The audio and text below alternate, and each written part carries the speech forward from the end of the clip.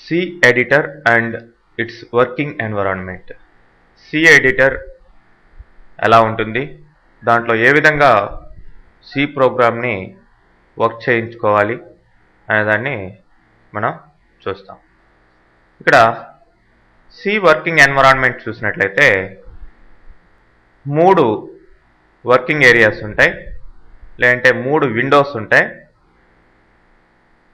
ఫస్ట్ది వచ్చేసి programme editor, ప్రోగ్రామ్ని టైప్ చేసుకునే ఏరియా అన్నమాట.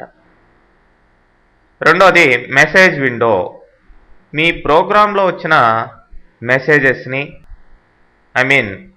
ఎర్రర్స్ని వార్నింగ్స్ని షో చేసే ఏరియా. మూడోది యూజర్ స్క్రీన్ లేదంటే రిజల్ట్ స్క్రీన్ అని కూడా చెప్పుకోవచ్చు. మీ ప్రోగ్రామ్ యొక్క రిజల్ట్ని ప్లస్ ఇన్పుట్ అవుట్పుట్ ఇచ్చే ఏరియాని యూజర్ స్క్రీన్ అని చేసి అంటాం. చూడండి, సి ఎడిటర్ చూసినట్లయితే ఇది మెయిన్ ప్రోగ్రామ్ ఎడిటర్, ప్రోగ్రామ్ని టైప్ చేసుకునే ఏరియా ఇది. మరి ఈ మీ మెయిన్ ప్రోగ్రామ్ యొక్క రిజల్ట్ వస్తే రిజల్ట్ స్క్రీన్లో చూపిస్తుంది. రిజల్ట్ రాకుండా ఏవైనా వార్నింగ్స్ ఎర్రర్స్ వస్తే కింద ఉంది చూడండి చిన్న విండో, ఇది మెసేజ్ విండో లేదంటే వార్నింగ్స్ ఎర్రర్స్ షో చేసే విండో అని చెప్పేసి అంటాం. ఇదన్నమాట కిందది. అయితే మీ ప్రోగ్రామ్ యొక్క రిజల్ట్ అవుట్పుట్ చూపించే స్క్రీనే user screen. Alt F5 press చేస్తే వస్తుంది, ఇది రిజల్ట్ స్క్రీన్ అన్నమాట. ఏదో కీ ప్రెస్ చేస్తే మళ్ళీ మామూలు ఎడిటర్కి వచ్చేస్తాం. సో ఇవి 3 వర్కింగ్ ఏరియాస్ ఇన్ సి అన్నమాట.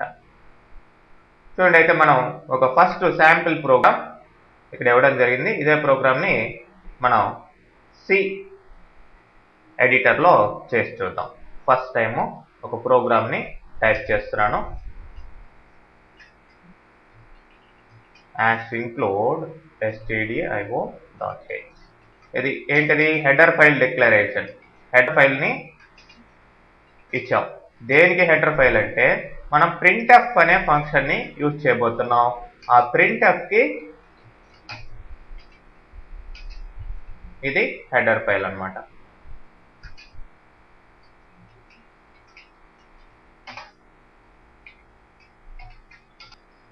సో ఇక్కడ హెడర్ ఫైల్ని డిక్లేర్ చేశాను. మెయిన్ బ్లాక్ కంపల్సరీగా మీ ప్రోగ్రాంలో ఉండాల్సిన బ్లాక్, మెయిన్ బ్లాక్ ఇది. మెయిన్ కీవర్డ్ ద్వారా స్టార్ట్ చేసి బ్లాక్ స్టార్ట్ చేసాం, బ్లాక్ ఎండ్ చేసాం. మధ్యలో ఒక స్టేట్మెంట్ రాసాం, అది కూడా ఏంటి? printf ఫంక్షన్ ద్వారా స్టేట్మెంట్ రాసాం. printf విత్ ఇన్ డబుల్ కొటేషన్స్లో మీకు ఇష్టం వచ్చిన మెసేజ్ ఇవ్వచ్చు. ఇక్కడ ఈ మెసేజ్ యూజర్ స్క్రీన్లో పోయి ప్రింట్ అవుతుంది అనమాట అవుట్పుట్. printf అంటే ఫార్మాటెడ్ ప్రింటింగ్. మీరు ఇచ్చిన మెసేజెస్ కానీ వేరియబుల్స్ యొక్క వాల్యూస్ని కానీ ప్రింట్ చేసే ఒక ఫంక్షన్ అనమాట. ఇది దేంట్లో ఉంటుంది? ఇది stdio.h లో ఉంటుంది కాబట్టి దాని హెడర్ ఫైల్ని ఇక్కడ ఇంక్లూడ్ చేయడం జరిగింది. అంటే నేను ఇంత ముందర చెప్పాను, సి స్ట్రక్చర్లో ఏ ఫంక్షన్స్ అయితే వాడామో వాటికి రిలేటెడ్ హెడర్ ఫైల్స్ని పైన డిక్లేర్ చేసుకోవాలి అని చెప్పేసి. అంటే ఇప్పుడు stdio.h లో printf ఒకటే కాదు, చాలా ఫంక్షన్స్ ఉంటాయి.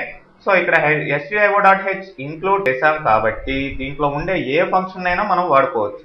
అయితే ఇక్కడ టర్బోసీలో printf, scanf ఇట్లాంటి కొన్నిటికి మాత్రం మీరు హెడర్ ఫైల్ డిక్లేర్ చేయాల్సిన అవసరం లేదు. అంటే ఇప్పుడు printfకి ఇక్కడ హెడర్ ఫైల్ ఇచ్చినా ఒకటే, ఇవ్వకపోయినా ఒకటే, కరెక్ట్ ఓన్లీ. ఓకే, ఇప్పుడు ఫైల్ మెనూలోకి వెళ్ళి దీన్ని సేవ్ చేసుకోవచ్చు ప్రోగ్రామ్ని. లేదంటే F2 ప్రెస్ చేసినా కానీ ప్రోగ్రామ్ని సేవ్ చేసుకోవచ్చు. ఎంటర్ ప్రెస్ చేయండి, ప్రోగ్రామ్కి ఏదో ఒక నేమ్ ఇవ్వండి.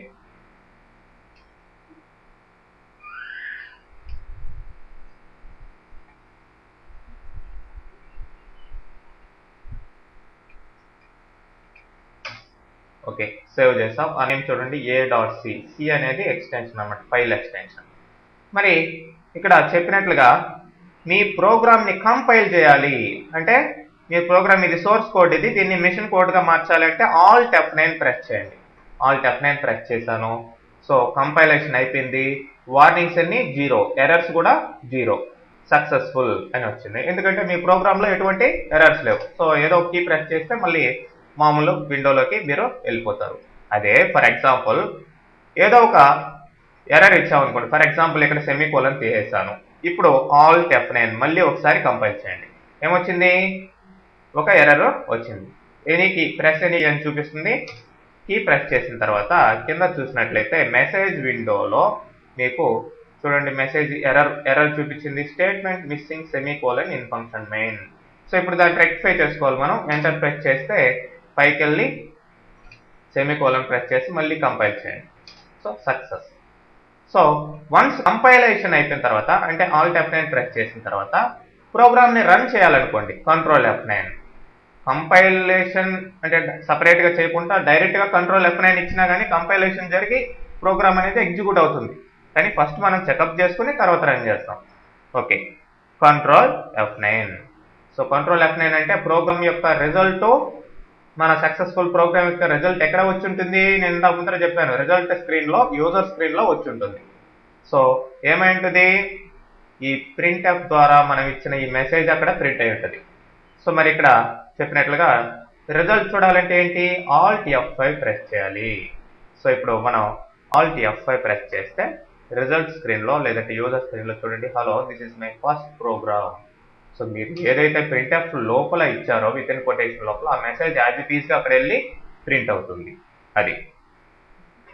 సో ఈ ప్రోగ్రామ్ ని టైప్ చేసాం, కంపైల్ చేసాం, రన్ చేసాం, రిజల్ట్ చూసాం, ప్రోగ్రామ్ అయిపోయింది. సేవ్ కూడా చేసుకున్నాం మధ్యలో.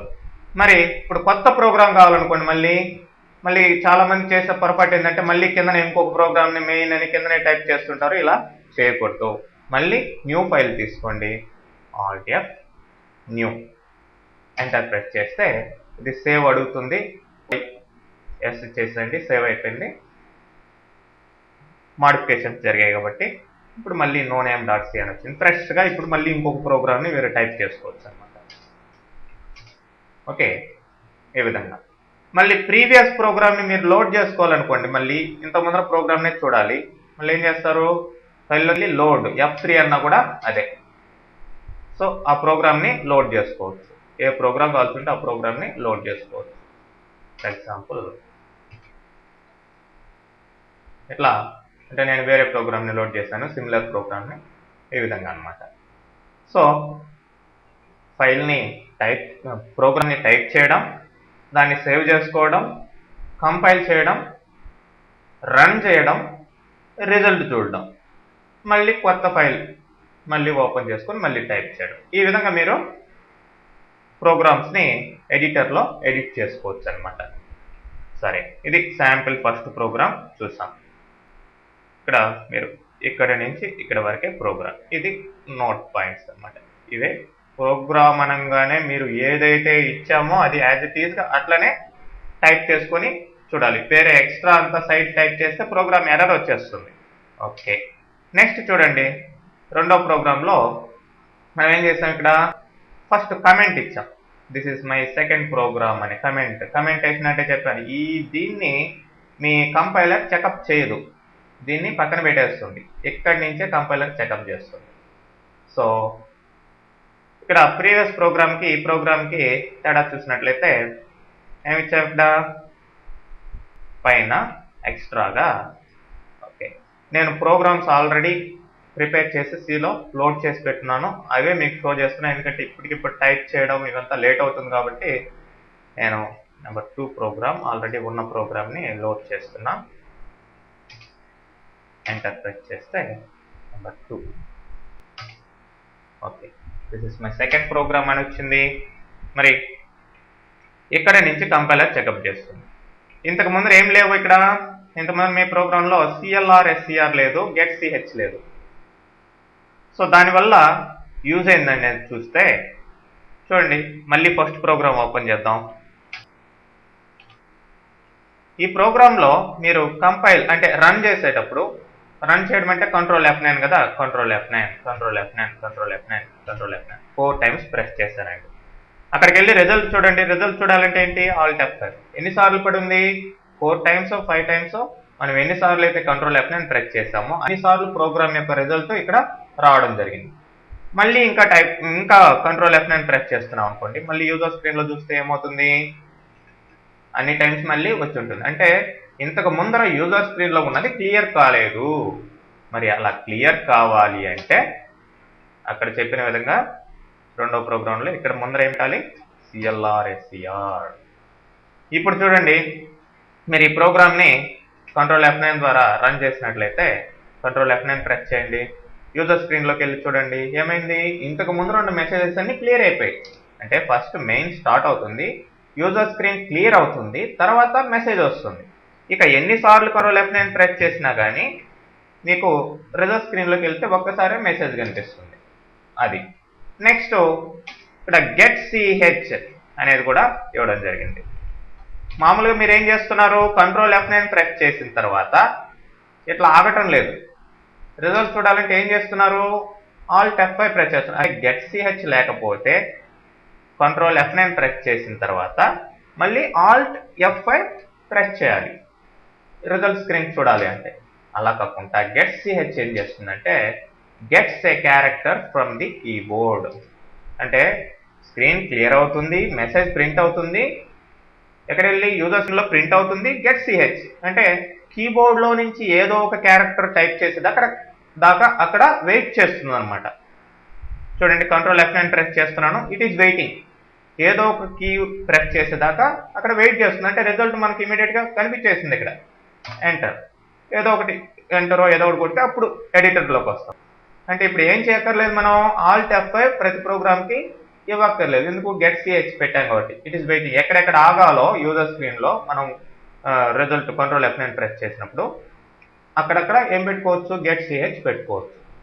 ఓకే, మళ్ళీ కావాలనుకుంటే ఇప్పుడు స్పెషల్గా మళ్ళీ చూడాలనుకుంటే Alt F5 మళ్ళీ ప్రెస్ చేసుకోండి. కంట్రోల్ F9 ప్రెస్ చేయగానే మీకు రిజల్ట్ డైరెక్ట్గా కనిపించేస్తుంది. అది సెకండ్ ప్రోగ్రాము. మనం సెకండ్ ప్రోగ్రాంలో అది ఫస్ట్ కామెంట్ ఉంది, కామెంట్ని కంపైలర్ చెక్ చేయదు, తర్వాత CLR SCR క్లియర్ స్క్రీన్ ఉంది, printf ఉంది, గెట్ CH ఉంది. ఇక్కడ హెడర్ ఫైల్ ఇంక్లూడ్ చేయలేదు నేను, ఎందుకు ఇందానే చెప్పాను, printfకి హెడర్ ఫైల్ stdio.h. మీరు సపోజ్ printfకి ఏ హెడర్ ఫైలు అని కనుక్కోవాలనుకోండి, ఇక్కడ కర్సర్ పెట్టండి, దాన్ని కాంటెక్స్ట్ హెల్ప్ అంటాం. printf కింద కర్సర్ పెట్టి కంట్రోల్ F1 ప్రెస్ చేయండి. ఏం చూపిస్తుంది, prototype in stdio.h. Okay, header file కనుక్కోవాలనుకుంటే అదే CLR SCR conio.h అని ఉంటుంది, కన్సోల్ ఇన్పుట్ అవుట్పుట్ .h. అట్లానే గెట్ CH కూడా conio.h ఉంటుంది. కానీ వీటికి బై డిఫాల్ట్ ఆటోమేటిక్గా తీసుకుంటుంది. అంటే ఇప్పుడు మామూలుగా అయితే ఏం చేస్తుండాలి మనం, include stdio.h, include conio.h అని ఇచ్చుండాలి. కానీ టర్బో సిలో ఇట్లాంటి ఫ్రీక్వెంట్గా వాడే కొన్ని ఫంక్షన్స్కి అలా ఇవ్వక్కర్లేదు. కాబట్టి మనం ఇక్కడ